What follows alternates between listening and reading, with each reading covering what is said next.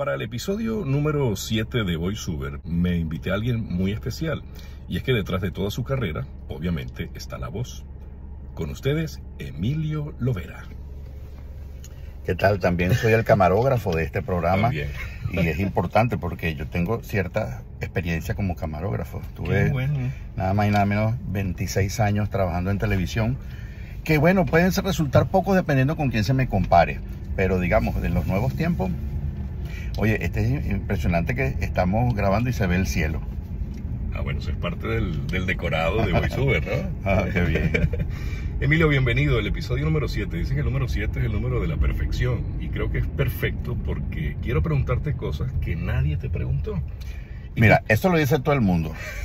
Tú sabes que cada vez que yo voy a hacer una entrevista, y te voy a decir algo, es increíble la cantidad de programas, podcast que hay ahorita en el universo celular, en el universo cibernético, y por lo general son personas sin mucha experiencia que lo primero que dicen es eso. Te vamos a hacer preguntas que no te han hecho. Que nadie te ha hecho. Queremos que sea una entrevista distinta, una entrevista completamente diferente. Aquí voy. ¿Cuándo empezaste? ¿Cómo fueron tus inicios? ¿Cuál es tu personaje favorito? Claro. No, fíjate que hay una cosa interesante, Emilio, de tu carrera, que es una carrera larga como humorista. Me atrevo a decir, y quiero decirlo desde mi corazón, creo que eres el humorista con mayor proyección internacional, humorista venezolano. Pero poco se sabe del trabajo que hay detrás de bastidores, la voz. Y es que la voz es el espíritu de cada personaje que has creado.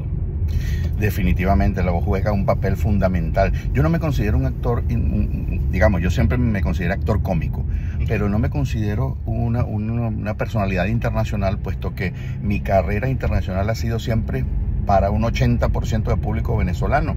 O sea, el colombiano, mexicano, incluso norteamericano o español que va al show, va arrastrado por una mujer venezolana o por un hombre venezolano que dice, no, pero yo no entiendo nada, yo te traduzco, vente. Entonces como obligado. Por otra parte, sí, esa sí es una pregunta que muy poca gente se interesa, y por eso me gusta esta entrevista, sobre la voz. Lo que hacemos los que trabajamos con la voz, con ella, no solamente para crear personajes, sino para cuidarla y mantenerla. En tus inicios, bueno, tengo que ir obviamente a esa parte. ya está apuñaleado. Ya caímos en el cliché. En tus inicios, obviamente, pues empezaste a trabajar, a buscar tu propio sonido, pero cuéntame un poquito de eso. ¿Cuál fue el primer personaje a quien le pusiste voz? Bueno, yo nunca busqué un propio sonido, porque siendo imitador, lo peor que le puede pasar a un imitador es que la gente descubra tu verdadera voz.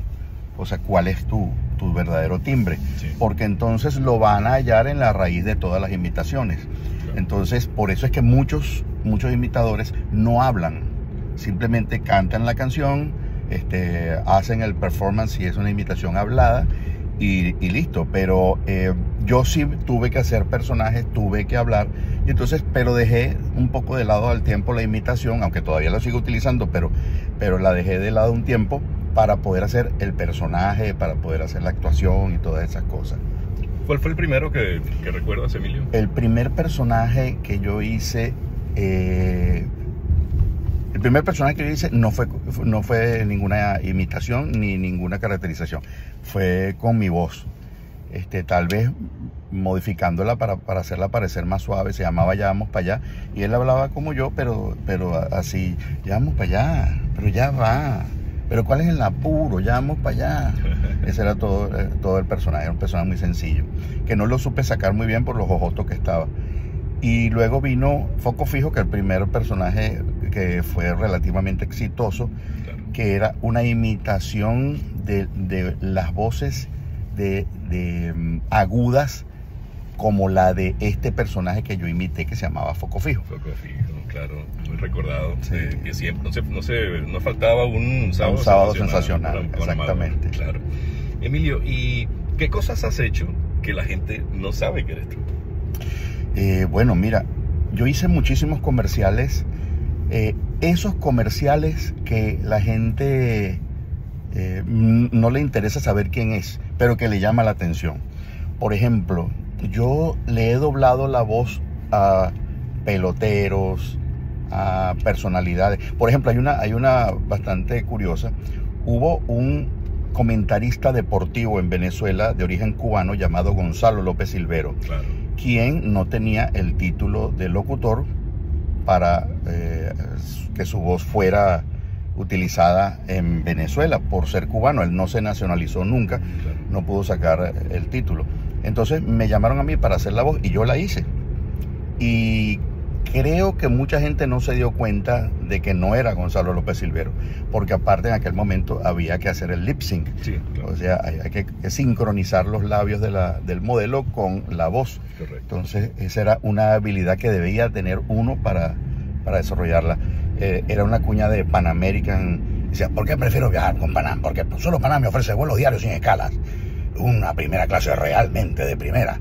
Entonces, hice otro que fue prácticamente lo primero en voces de marca, pues.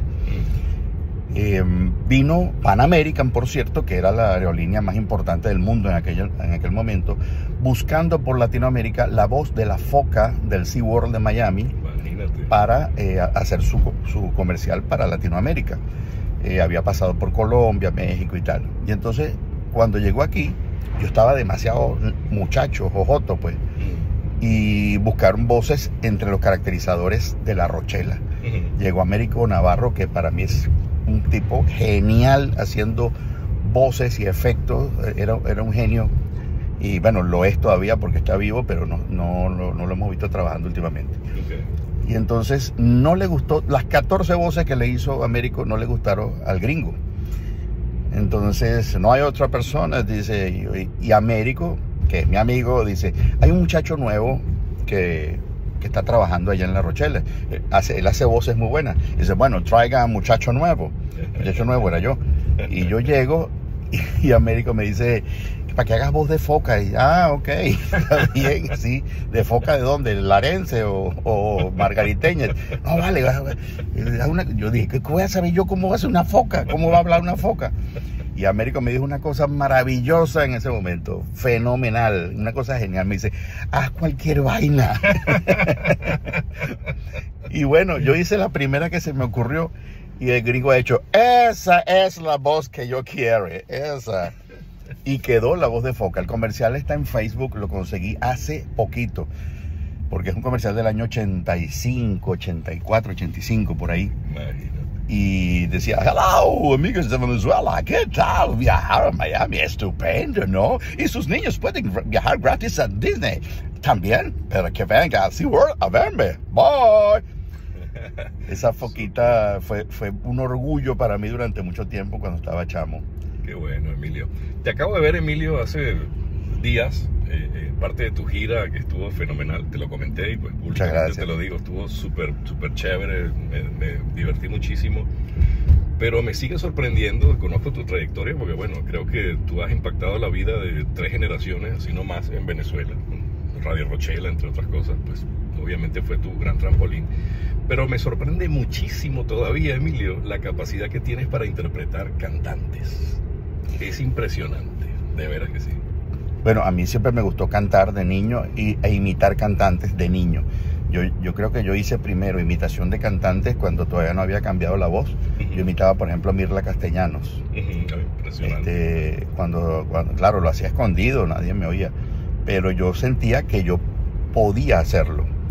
Y bueno, posteriormente ya en la entrada de La Rochela, una de las cosas que me sirvió para quedar fijo era cantar. De hecho, hay en los videos de Rochela cosas insólitas, que eso también nunca lo he dicho, como Edgar Guevara, el gran imitador de La Rochela, doblándome a mí. Imagínate. O sea, yo hice la voz y Edgar era el modelo. Hasta Callito una vez, esto lo encontró un amigo que era muy estudioso de los videos de Rochela y dice, mira, acabo de encontrar a Callito y tú eres la voz. Entonces no me acuerdo qué imitación era. No sé si era el Puma era con Edgar Guevara y con Gallito no me acuerdo. Entonces yo hacía muchas voces en los musicales. Me encantaba ir al estudio con Ángel Melo, que era el productor musical de La Rochela en aquella época, y hacía todas las voces, todos los musicales. Yo hacía los coros, hacía todo eso y me gustaba mucho. Hay otra cosa que te quería contar sobre la voz. Yo hice dos cosas que considero que son difíciles. Una, cantante caracterizado locutor, sí, en otro idioma. Eso son muy pocos. Yo por lo menos en el comercial de Toyota que se llamaba Fidelidad, hice a Tom Jones. Eso, qué bueno. Nadie se dio cuenta. ¿Qué tal? O sea, obviamente yo salía más barato que Tom Jones y, claro. Y entonces me eligieron. ¿Cuál crees tú, Emilio, que ha sido la imitación o el trabajo vocal que más te ha gustado hacer? Bueno, de las imitaciones, una vez hice algo que me dio mucha satisfacción, que fue hacer las voces de Serenata Guayanesa. Oh, qué bonito. De hecho, lo hice más recientemente con Jorge Glem, con un looper en vivo. Eso lo pueden buscar en YouTube. Sale Jorge Glem así, creando un calipso desde cero con el 4 solamente. Entonces él hacía el boom bap, la charrasca, el 4, por supuesto, todos los instrumentos del calipso con el 4. Y yo hacía todas las voces de Serenata con mi voz. Obviamente tengo que preguntarte sobre un personaje que marcó y nos dio mucha alegría y era esperado. Yo le cuento a mi esposa, que es mexicana, le cuento que se hacía como una cadena nacional. Y obviamente estamos hablando de Gustavo, el Junior, para todos ustedes. Muy bien, claro que sí. Gustavo nace de las entrevistas. Es decir, una vez, la primera experiencia fue durante una gira por San Felipe, que me pidieron que fuera a promocionarla en la radio. Y entonces cuando llegamos a la radio estaban en comerciales y el señor dice: pase para acá, mire. Y entonces vienen ustedes a hacer una... Sí, vení. Sí, cómo no, sí, tal. Ah, bueno, mire, es un momento que tengo que identificar la emisora. En Radio San Felipe, las 11:30.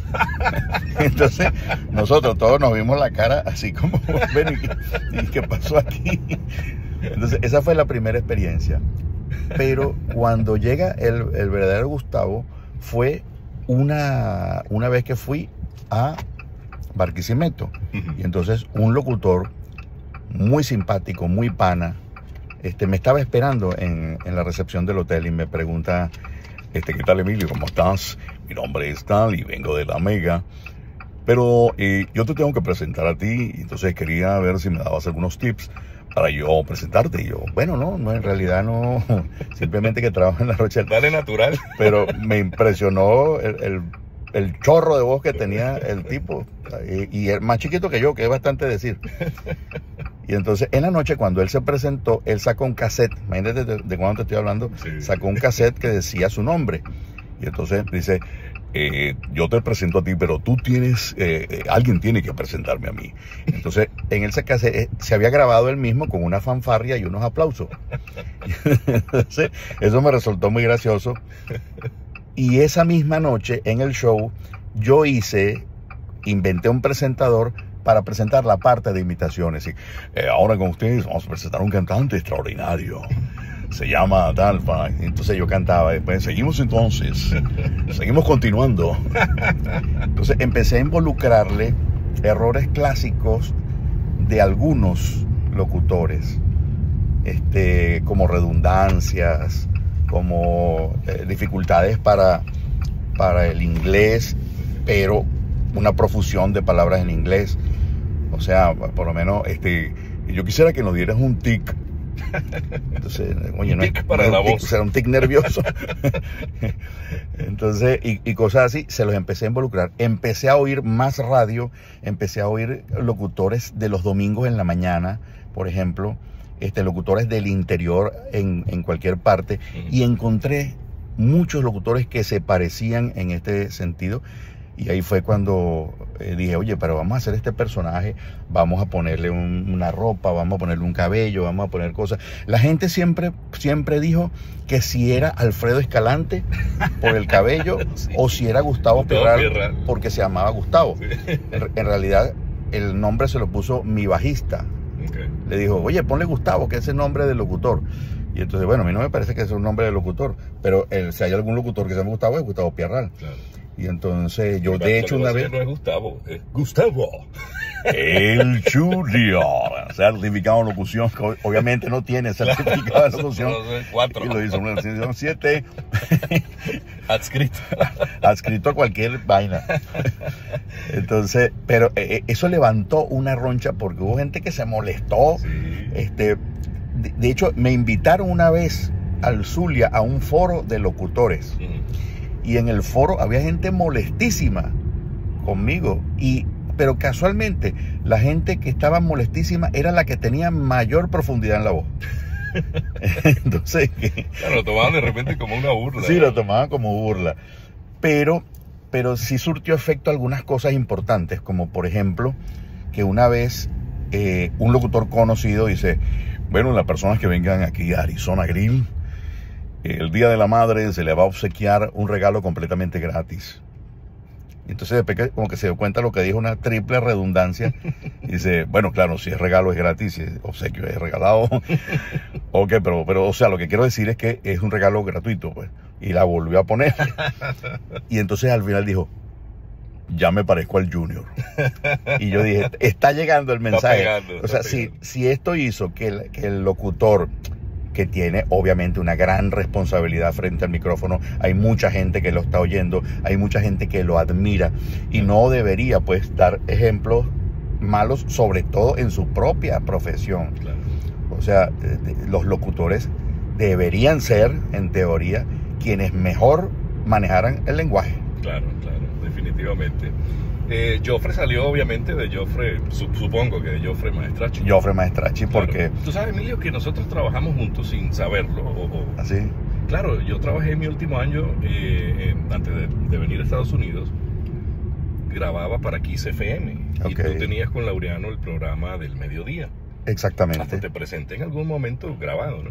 Y obviamente pues estaba Joffre Maestracci. Él dice, el original e intransferible. Emilio Lovera. Oye, qué maravilla hablar contigo, Emilio, de cosas que han formado parte de tu carrera, que poca gente quizá conoce. Y para cerrar, Emilio, proyectos que hay en el futuro de Emilio Lovera. Bueno, planeamos... Por supuesto, digamos, dentro de Venezuela, los planes son solo de teatro, mientras me lo permitan. Yo sigo viviendo en Venezuela, aunque me paso mucho tiempo en el avión y mucho tiempo entre Estados Unidos, Centro, Suramérica y Europa, siempre viajando, buscando la plática allí. Y digamos que los proyectos son básicamente de eso. Tenemos una película en ciernes que todavía no ha cuajado. El año que viene le propuse a Laureano girar con nuestro clásico Laureamor y Emidilio. Sí, claro. Que, oye, que nos dio tantas satisfacciones. Entonces yo le dije, bueno, vamos a hacer una gira adicional, pues, como para terminar, como para despedirnos de ese evento, de ese show. Claro. Y él me dijo que sí, entonces la estamos preparando en Estados Unidos, en Europa, Centro, Suramérica, para el año que viene. Creo que eso me va a ocupar gran parte del año. Y ese es el proyecto inmediato.